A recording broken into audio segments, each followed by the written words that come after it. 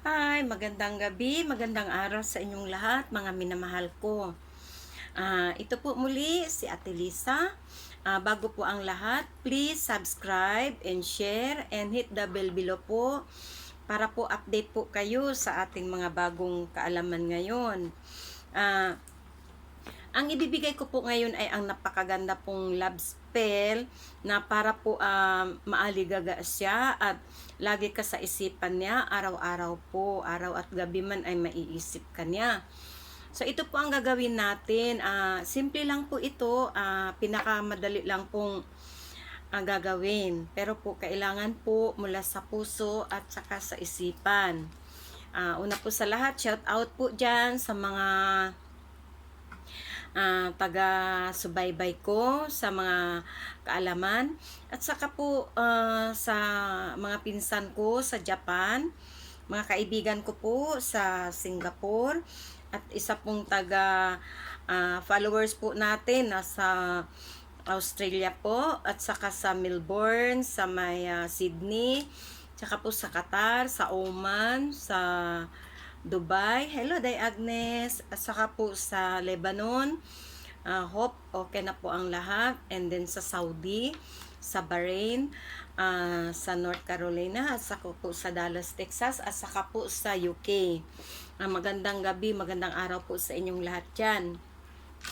Ang i-ready po natin ngayon ay pinakasimple pong spell. Mag-ready lang po kayo ng garapon. Empty garapon po, ayan.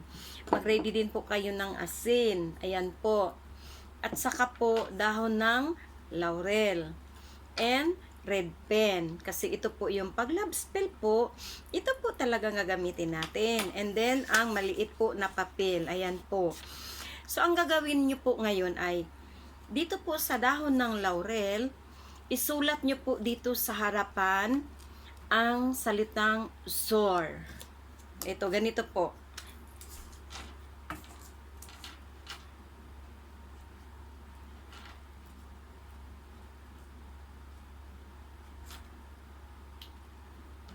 Ito po, Zor.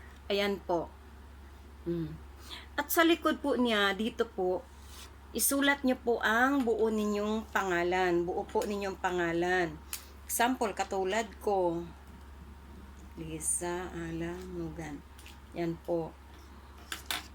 Buong pangalan po sa likod. Tapos ito po yung harap. At kailangan po, pag gumawa po kayo nito, take note po, yung hindi kayo nagkagalit. Baka sabihin mo, gagawin ko ito kasi nag-away kami. Hindi po. Kailangan po ang paggawa po nito ay yung hindi kayo nagkakagalit, as in na parang kakausap nyo lang kung malayo man siya or kung magkaibang baryo lang kayo o kaibang lugar lang kayo, yun po, hindi po ito pwede gagawin kung nagkagalit po kayo, hindi po maganda. Kailangan yung wala pong galit sa inyong dalawa, hindi kayo nag-aaway, as in, wala po lahat. So yun po. Pagkatapos po nito ay buksan nyo po yung garapon at lagyan nyo po ng asin. Gamit po ang kamay. Hindi po pwedeng gamitin ang ibang kutsara or ano. Kamay lang po. Ganyan. Simple lang. Ayan po. Ayan po. Ayan na. Oh, may asin na siya. Sa pagkatapos po noon, sunugin po ito. Itong dahon ng laurel, gamit po ang lighter o puspuro, ganon. Yan. Sunugin nyo po at ilagay nyo po yung abo dito. Ayan po. Ilagay po ang abo dito sa loob. Ayan. Pag matapos na po lahat, sunog na po siya. Ganon. Habang po ito ay sinusunog mo, take note po, habang po ito ay sinusunog mo, ang sabihin mo po, isulat po ninyo ito or kaya balik-balikin yung panood ng video ko para po makuha nyo po yung ritual nito, yung dadasalin nito. So, ganito po yun. Habang sinusunog nyo, ang sasabihin nyo po ay, ikaw ay mapa sa akin. Hindi matahimik ang iyong isipan. Ako ang laman hanggang sa paggising mo sa umaga. Ako ang nasa isip mo. Tapos, antayin mo siyang maubos. Yan, hanggang sa maubos siya, Yan, tapos pabayaan mo, ilagay mo lang dyan kung ubos na siya.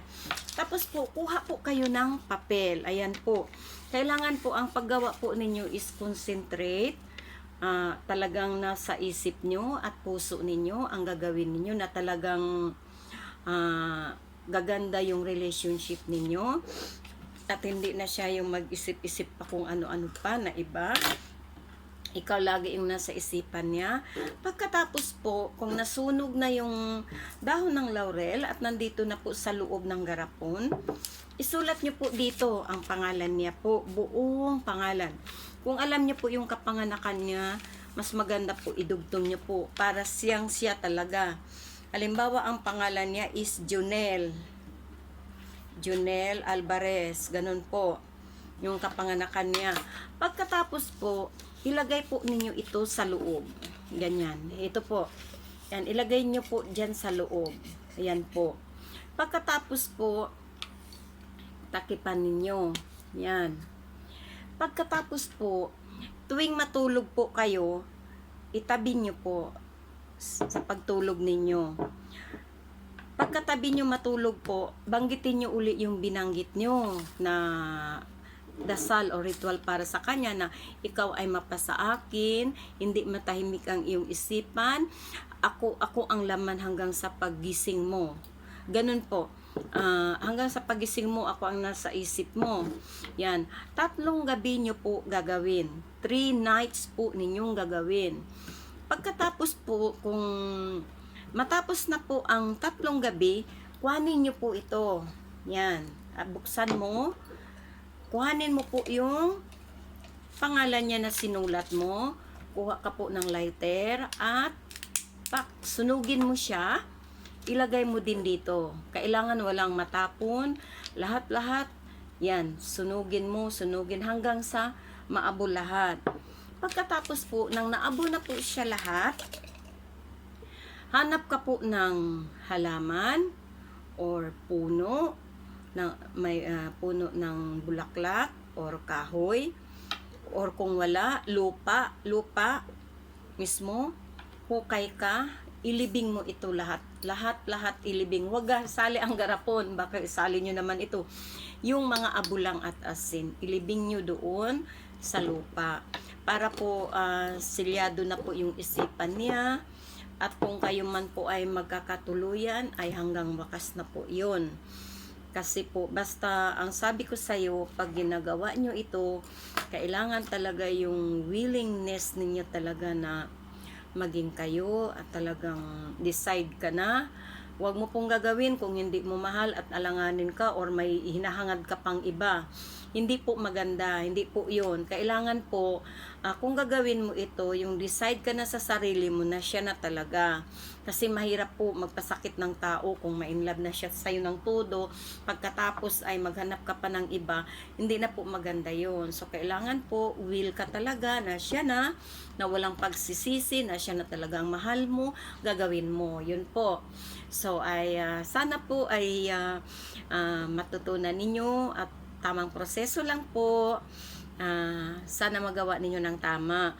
Kasi yung iba po, sabi, bakit hindi naman umpikto? Depende po yun sa paggawa ninyo. Kaya nga po, ang sabi ko, kung hindi nyo po basta-basta naintindihan, pwede nyo pong i-review ang videos, and then isulat nyo yung dapat ninyong isulat. Pagkatapos po, kung kabisado na ninyo at alam na po ninyo ang proseso, pwede na po ninyong gagawin. Huwag po kayong magmamadali, baka po magkamali-mali ang paggawa ninyo, ay hindi po magre-resulta yon. So, kailangan po tamang paggawa at saka sa isip, sa puso, lahat-lahat po. Yun po. So, maraming salamat po. Ito po muli ang inyong Ate Lisa. Please subscribe po sa channel ko. Maraming salamat. Ingat kayo dyan. Bye-bye.